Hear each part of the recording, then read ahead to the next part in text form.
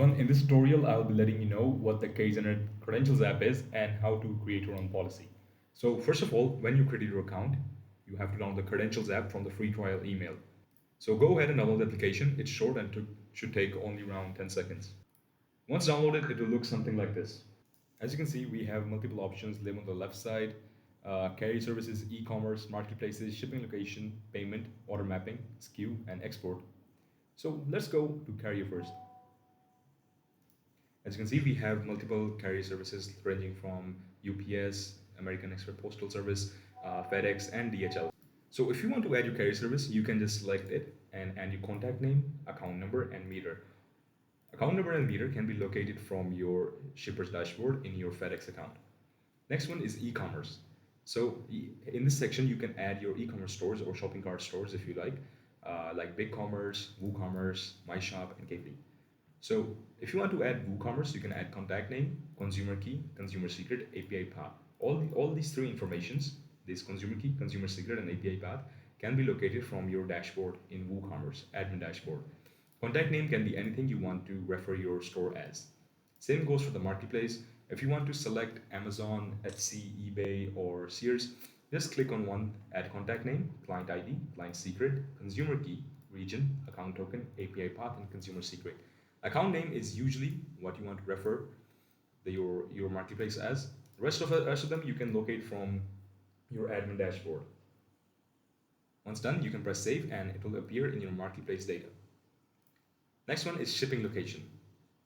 This is called this is your section to add your ship from location. So as you can see, you can add name, company, city, street, state, and country, and more. So this is also for the carrier service. Like if you select a carrier service, they will know where to pick up the order from. So you can also select if this is a residential address. You can select yes or you can select no. If you select no, that means you're transferring the package from either a warehouse or a factory. If you press yes, that means this is a residential address and you're keeping the inventory in your house. Once done, you can press save and it'll be in your shipping data here. The next one is payment. As you can see, we have three options: ACH, PayPal, and your personal card. If you want to add PayPal, there should be a 3% surcharge that will be applied to PayPal payments. You can add username, password, client secret, and client ID. Next one is order mapping. So to enable MyShop to interpret the order format, the Credential app allows customers to map their orders, ensuring seamless recognition by commerce. So this is what a general order sheet looks like. Usually this is a good layout for manual data entry, but for MyShop to be able to read and execute a policy, you need to edit the data in our format. And this is what our format looks like. Next one is SKU. So SKU is short for stock keeping unit, and it is a unique identifier assigned to a specific product or item in inventory. Each SKU is a distinct code that helps businesses track and manage their stock levels, sales, and replenishment needs.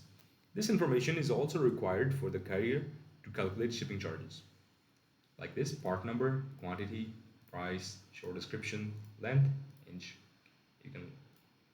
Next one is height. You can also select the weight in ounces, lb, or kgs. Pretty much all for your accessibility. Next one is export.